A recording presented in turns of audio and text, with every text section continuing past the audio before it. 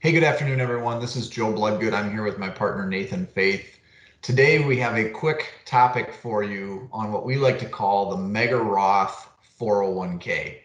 This is an extension of what many people know as a Roth 401K, but this is a roundabout way to get considerably more assets into eventually a Roth 401, a Roth IRA.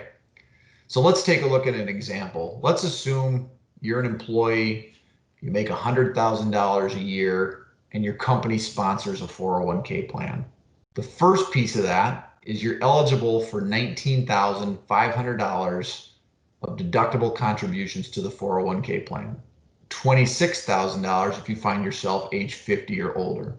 So the first step in the process is to fill that first bucket, contribute that $19,500. Now, for a lot of employers and a lot of employees, their company may make a contribution. And let's just say, for the sake of the example, that's another 3% on the $100,000 salary. That's another $3,000 in the equation. So at this point, you've contributed $19,500 of your own money. Your company has contributed an additional $3,000 on your behalf through a match or a profit sharing contribution. For a lot of people, that might be sort of the end of the story. But what we want to talk about today is the Mega Roth 401k and how that looks. Nathan, why don't you take us through the logistics of how that can happen? Thanks, Joe. 4 or 5 years ago, the IRS blessed an enhancement to 401ks and allowed this strategy that we're going to talk through to really come to life. So a little known fact about 401k contribution limits is there's actually an upper limit called the 415 limit, in which anyone under the age of 50 can contribute overall up to $57,000 to their 401k in 2020. Or if they're over the age of 50, they can contribute a bit more, $63,500. But as Joe mentioned, what if you've already maxed out your employee contribution and you received your matching or profit sharing contribution from your employer? How in the world do you get to that upper limit of, say, $57,000 to your 401k? There's actually a third type of contribution that can be made to your 401k that's called a after-tax or post-tax contribution.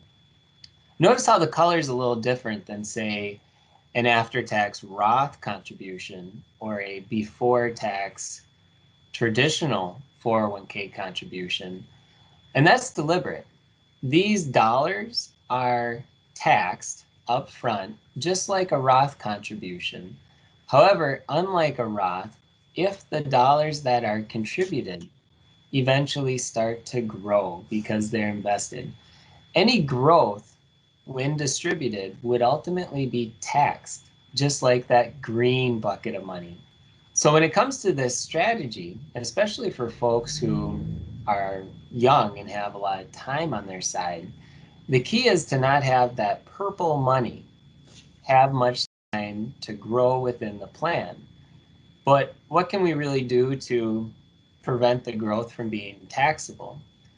That's where we layer on some special features to a 401k in which you can permit participants, otherwise known as employees, to deliberately transfer while they're working their contributions to this purple post-tax bucket over to their own individual Roth IRA account, which they own outside of the 401k plan. And what this allows employees to do is fill up that capacity for their 401k up to that $57,000 threshold. As long as they make at least $57,000, they can max this out.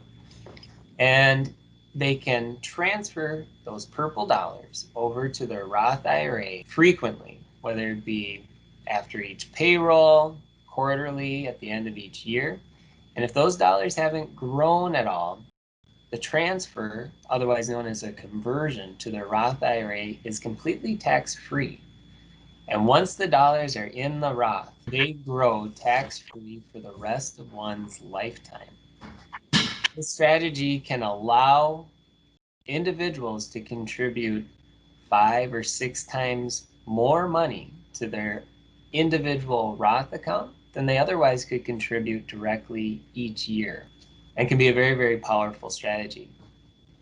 One caveat that we do want to mention, anyone who is not an owner and makes less than $130,000 a year is considered a non-highly compensated employee. Those folks are permitted to make the maximum contributions regardless of what anyone else does. However, for anyone who is an owner of the company or earns more than $130,000 a year, they may be considered a highly compensated employee. And even though they can make these contributions, they may be limited to how much they ultimately get to transfer and convert to their Roth IRA due to some testing, fairness testing, which ultimately boils down to how much did folks who were non-highly compensated contribute to this purple bucket versus those who are highly compensated.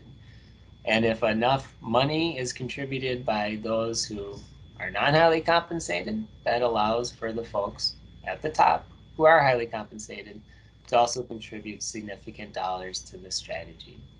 So know there are some nuances, but this strategy can add a lot of value for your company and employees without really costing the company any additional dollars, as these funds are all coming from the employees' paychecks.